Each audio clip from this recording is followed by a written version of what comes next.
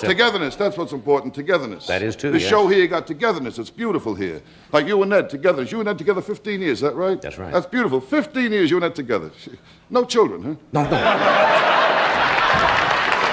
Rodney Dangerfield had a specific gift for making everything designed to help him sound worse for having tried in the funniest way. As soon as I get in bed, she disappears. Oh, the other night she met me at the front door wearing a see-through negligee. The only trouble is she was coming home. This is Rodney Dangerfield at his absolute funniest. His crazy doctor who told him to keep smoking. Got a cigarette, okay? You don't mind, do you? You should give that up. I got a crazy doctor that told me to keep smoking if I want to stop chewing gum, so what the heck?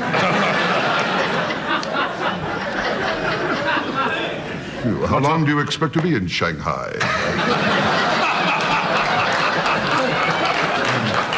As if nobody cared for Rodney already. A professional with a degree actually advising him to keep smoking shows he really got no respect. Why Rodney can't find love. Now, do you consider yourself now a stand-up comedian or a big movie star? I don't know what I am. I'm still trying to find the right woman. Are you kidding? Really? Love. I'm looking for love. Is tough, Johnny. Yeah. Tough to find the right woman. You kidding? Yeah. And love. What is love? Love is an extension of like. And lust is an extension.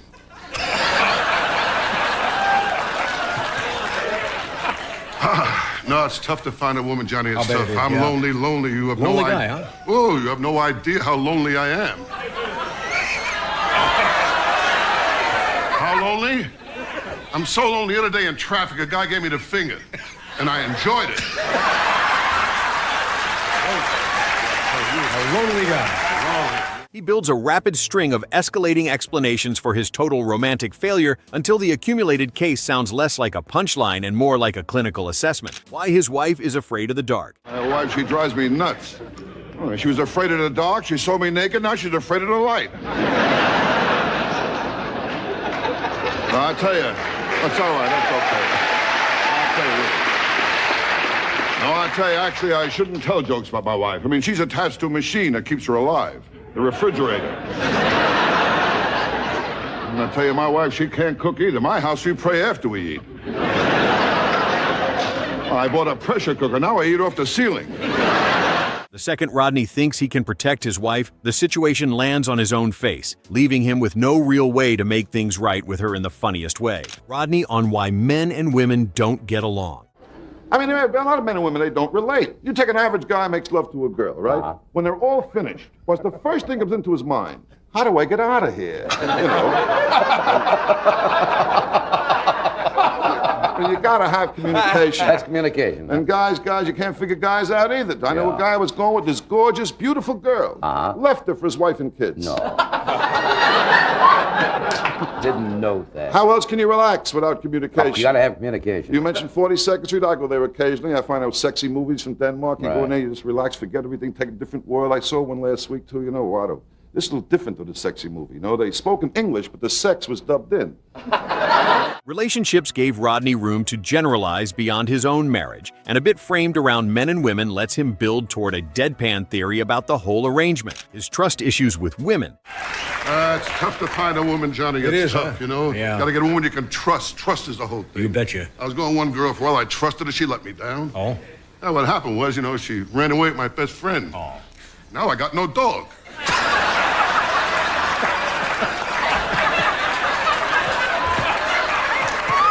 I tell you. Life is not easy. It's not easy, Johnny. Not easy at all. You kidding? You kidding?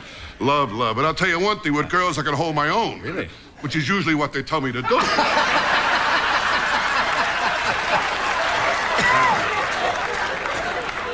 Johnny, I'll tell you the truth. I got no sex life. I'm getting old. Are you kidding? And when I say it's down 40 degrees, I'm not talking about the weather. Things are that bad, huh? It's all over, Johnny. I got no sex. I went to a nude beach. They told me to park in a handicap section.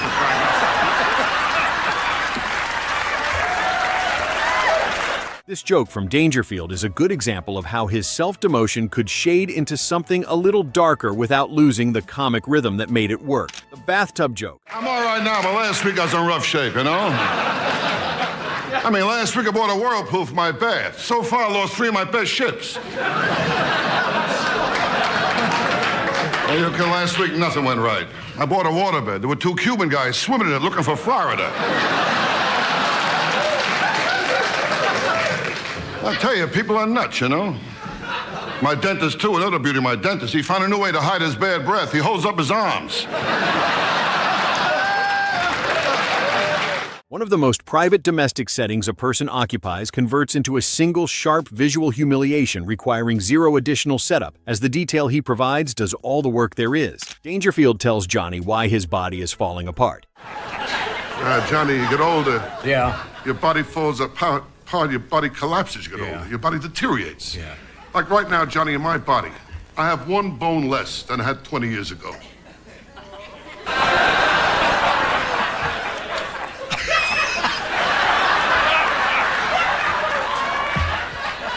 Am I too fast for you? You know how it is, Johnny. Yeah. Get older, it's rough. Yeah. Rough. You kidding? I'm into the golden years now. Oh, really? The golden years. That means you go to the bathroom 5 times a night. That's the golden years. He names specific individual malfunctions, rather than filing a vague complaint about aging in general, and Carson prompts the list forward with questions that let each new physical failure arrive as its own distinct registered loss before the next one replaces it. The ugly Halloween joke. I mean, you know when you're ugly. Well, last Halloween, a kid tried to pull my face off. And my kids, they flip a coin to see who has to kiss me goodnight. And I was an ugly kid, too. I told my old man, never took me to the zoo. He said, if they want you, they'll come and get you. Well, that's the story of my life. No respect. I don't get no respect at all. No respect at all. You kidding? Well, I was drowning. I was yelling, help, help. And the lifeguard ran over. I said, all right, buddy, keep it down. Keep it down. Rodney's appearance-based persona made the holiday an obvious target, since the joke positions his real face as something that already outperforms anything a costume shop could supply. His flat self-accepting delivery keeps the insult pointed inward, and the brevity matters because a setup this clean loses momentum the moment it lingers too long before the twist closes it. Rodney saves the party. How you doing, Party Saver? I can't hear you. Your shirt's too loud. Party Saver, aren't we a great crowd? Honey, you are a crowd. She wears a new kind of pantyhose. One size fits New Jersey, huh? I bet when you go for a swim, you leave a ring around a lake, huh? Hey, what do you do for a living, huh? I'm a dentist. A dentist, huh? Well, let me make you feel at home, okay? A bit framed around rescuing a social gathering sounds upbeat enough to create an obvious contrast against whatever reality Rodney is about to reveal. And he delivers the account with mock pride, as if genuinely satisfied with an accomplishment that clearly wasn't one. The prison joke. But life is tough, huh? That's now you got to have the right attitude. Attitude is the whole of course. thing. That's the whole thing. Like a friend of mine just got out of prison, Johnny. Did 10 years in prison. Came out, he has the right attitude. In fact, he told me he feels like a new woman, you know? This is on full, right? It's on full. All the way up, all the way up. Okay. Tough, not easy, Johnny. You got to relax. Learn to relax. That's the whole thing. Yeah. Hey, you want to have some laughs? Johnny, do what I do. Yeah. I take a porno movie, run it backwards. That way you see the hooker give back the money. Prison carries real stakes before Rodney even adds his usual spin, giving the no-respect premise somewhere to operate with actual institutional menace rather than the domestic stakes of a marriage joke. He plays on how thoroughly the prison power structure would find organized ways to disrespect him specifically, and Johnny seemed to notice that prison material worked for him because his whole act was already built around institutional failure. Dangerfield explains how he gets healthy from watching television. Look, you got to take care of your health. I tell you, do what I do. What's that? Oh, I tell you what I do. Go ahead, nuts over there. I watch television. I get healthy from television. You get healthy from television? How can you get healthy from watching television? Who's talking here? From just watching television? That's right, the commercials, the public service commercials. They get all kinds of tips how to take care of yourself. You know, they're very, very good, really. Tips, huh? I saw one last week, a commercial, a public service commercial was beauty, you know? Yeah, a guy came out, he said, hi. My name is Bob. This is my wife, Ann, my daughter, Susie, my son, Bob Jr. Right in front here's my mom and dad. Now, we've all had VD.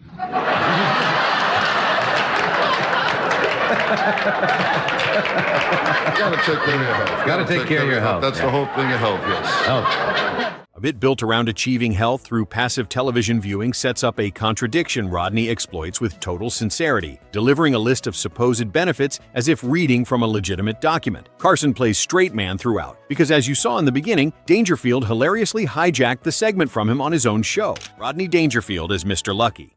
Are you kidding? It's tomorrow's. Bring on. Even fresher bread for this table. And bring them some pickles. Compliments of Mr. Lucky. Oh, allow me. Are these two okay? Yes. Put them both to death and delete them. Oh, my dear. Allow me here. You haven't touched a fishy swab. Here. It's awful. Awful?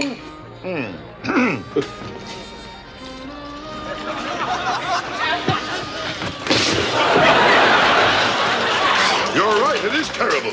In this skit from 1982, Dangerfield's commitment to playing the premise straight rather than acknowledging the irony lets each new bad luck example arrive as documentation of the gap between the label and the reality.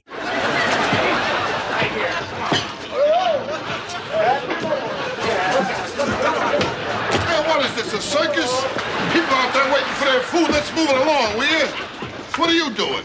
I'm cooking. Well, stop it. There are a lot of complaints about the food. I don't like it. What's that brown stuff? That's hollandaise sauce. Holiday sauce is yellow. Oh, yeah, that's right. I was thinking of brown sauce. Pig and brown sauce. You're kidding. Rodney's kids are in a tough school. Keep it. We're going to mail it back anyway. I don't know. I tell you, I try to be a right guy. I never get a fair shake, you know? I was going to take a little vacation. I suppose some guy works in a travel agency. He told me I could spend 6 nights in Puerto Rico. No days, just 6 nights in Puerto Rico. I said to him, well, I do myself days. He says, you can do whatever you want, just keep out of Puerto Rico.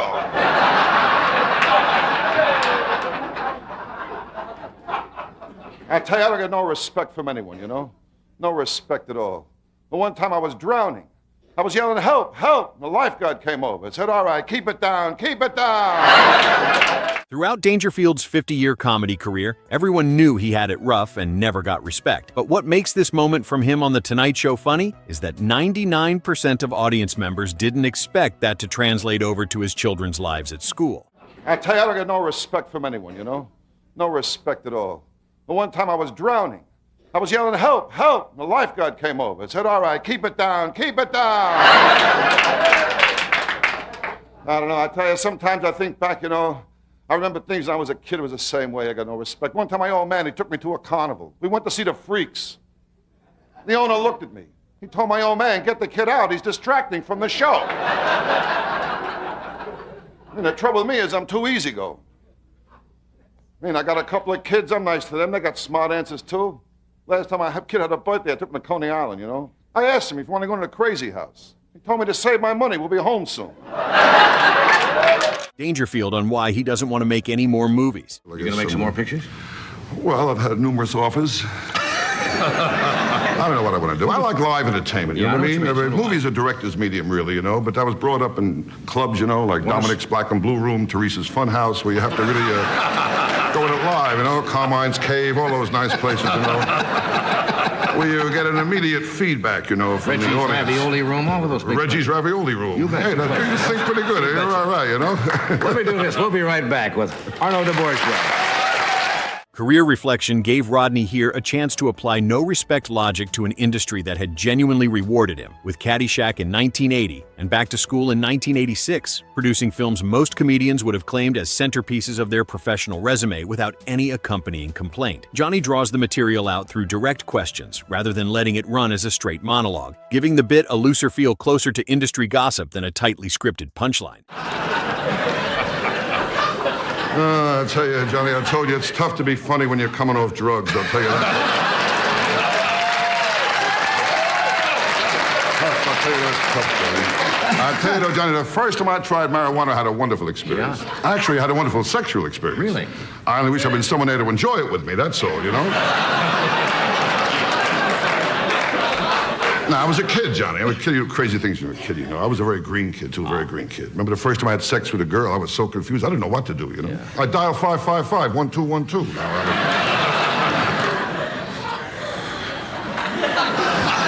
Each one of the specific complaints has its own little small laugh before the next arrives, and his tone stays completely consistent, treating genuine Hollywood frustrations with the same flat resignation he applied to marriage and medicine. Many audience members years later online state that the movie material was one of the more interesting Tonight Show appearances from a hosting perspective due to the fact the genuine curiosity about answers he couldn't predict made the hosting feel different from the familiar no-respect bits where Johnny could usually see the general shape of incoming material even when the phrasing still surprised him. The film career segment confirmed something true about the full range of the Dangerfield persona, which is that the no-respect premise was never confined to domestic life, but was instead a complete philosophical position about how the universe organized itself around one specific man in one specific suit. What did you guys think of these iconic jokes from Rodney Dangerfield? Which one of these moments do you think was his absolute funniest? Let us know your answer in the comments, and subscribe for more from the one comedian who spent 50 years making the entire universe sound like it personally owed him an apology. See you later when we post part 3.